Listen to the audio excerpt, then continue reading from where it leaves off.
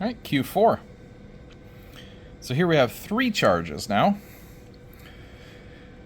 They're located in corners of an equilateral triangle. Okay, so equilateral just means we have a 60-degree angle on all corners. It's shown in the figure, just so you can see it. Calculate the total electric force on the 7 microcoulomb charge. Okay, so that's the one here at the top. Wants to know what the total force is on that one. Okay. So let's see. First, we have three charges, but our force equation, F, is equal to K Q1 Q2 over R squared. This only has two charges, but here we have three. So what do we have to do? Well, we need to break the problem down into parts of two so we can figure out each part individually, and then we'll just add up our results when we're done. So if I want to know what the force is on this particle, on this charge, I'll have to, I can look at the force from these two charges first and figure out what the force is from this charge, and then I'll look at these two charges and I'll figure out what the force is from this charge, like a contribution. This one's adding some force, this one has its own force, and when I add the two up, I should be able to get what the total force is from both those charges. Some people go, well, what about these two charges? You could find the force between these two charges, sure, but they have nothing to do with this charge. So we don't need to worry about finding the force on these two. Okay, so let's get started with one of them. Go ahead and we'll tackle this one first. Alright, so this one's force is equal then to K, which is 9 times 10 to the 9th, times Q1. You can pick any one to be Q1, doesn't matter. I'll grab this bottom one to be Q1. 2 times 10 to the microcoulomb. Microcoulomb is -6.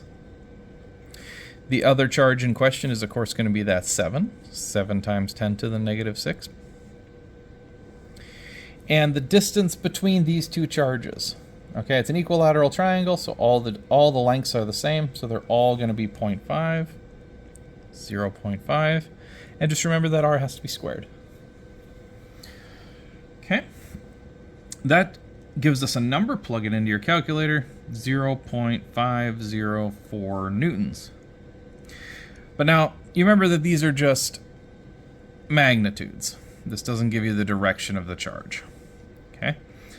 So if we look at the direction of this charge, we have a positive and a positive. Okay? So positive and positive are going to repel each other. Right? They're going to want to repel. So what's going to happen here is it's going to push this one away. And if we're looking at our 7 microcoulomb, it will want to push it up and this way. These two are going to want to separate like this. So that force will be up at an angle of 60 degrees. Okay? Now how do we determine, well, how much force is that in X and in Y? Okay, because we can't leave things in angles. If you remember from Physics 1, that was the first thing we did if we were given things in angles, is we broke them down. We used SOHCAHTOA, we used Pythagorean theorem, we broke those things down into component form, which is exactly what we're going to do here. Okay, this is the magnitude. I have a 60-degree angle, so we're going to go ahead, let's see, we'll have an X component, a Y component, so we'll go ahead and we'll break this thing down as 0.504, that's our magnitude. To find the X component, it is adjacent the angle 60. Adjacent would mean SOHCAHTOA, the A. So we'll have a cosine of 60 degrees. Okay, and if we do that out, we get 0.252, and this is in the X direction, X hat, or I hat, you can call it I hat if you wish. Similarly, we'll have it for the Y, 0.504. Sine would be the opposite being sine then would be 60. And for that one, we'd get a 0.4 3, 6. And this is in the y. Now, they're both positive because we're going in the positive x direction. We're going in the positive y direction. Remember, vectors are just like directions. It depends on where you're going in the map. Right? I'm traveling in the positive x and the positive y, and that's how I get to my 60 degrees. Okay, enough refresher. I assume you know this by now. Okay, so these are the two forces vector component form. That's just for the one charge. We have to do it for the other charge now. But it's exactly the same thing. Once you know how to do one, you can easily do the other one. So let's start that one over here. We'll have force, magnitude of course, 9 times 10 to the 9th. And then we'll do the other two charges. So it's magnitude, so it's going to be 4 times 10 to the negative 6th, and 7 times 10 to the negative 6. These are the two charges here, the 4 and the 7. That all gets divided by, you guessed it, the same radius, 0.5 squared, and that'll give us another number. This one gives us 1.008 newtons. And what's the direction of that one?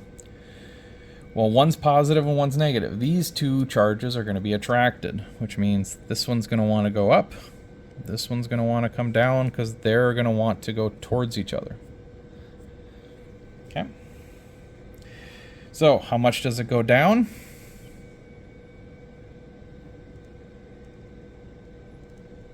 Okay. It's heading down this way. If each of these angles are 60 degrees, then this angle must be 30. Exactly half of that. Okay. And so this has a 30-degree angle inside of here. Okay, so we need to break that one down into its x's and y's. 1.008 times, now let's see, for the x component, it is opposite of the angle. Okay, so this one's a little different. It's not cosine. X is the opposite of the angle. Okay, so opposite of the angle would be sine 30, which gives us 0.504 x hat.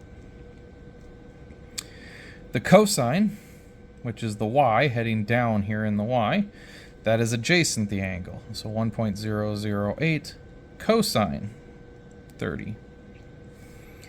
And that gives us 0.873 in the y direction.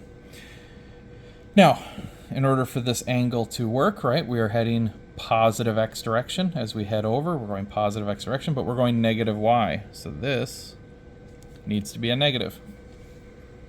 Okay? Hopefully that makes sense. These are both newtons again.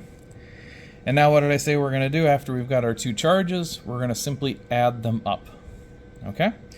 Now we just add them up. So what is the F total? Okay, F total. How much do we have in the X? Well, we have 0.525 from this charge, and we have another 5.04 from this charge. So if we add those two numbers up, we get a 0.756. Okay, this will be our X hat. If we add up the y's, we have a 0.436, and we're going to add a negative 0.873. We end up with a minus 0.437, and that's our y hat. And of course, the units of force are newtons. Now here I put them as i's and j's. You can obviously do that if you'd like. Here I put them as x's and y's. Makes no difference to me. Okay, that's the total force from both those charges.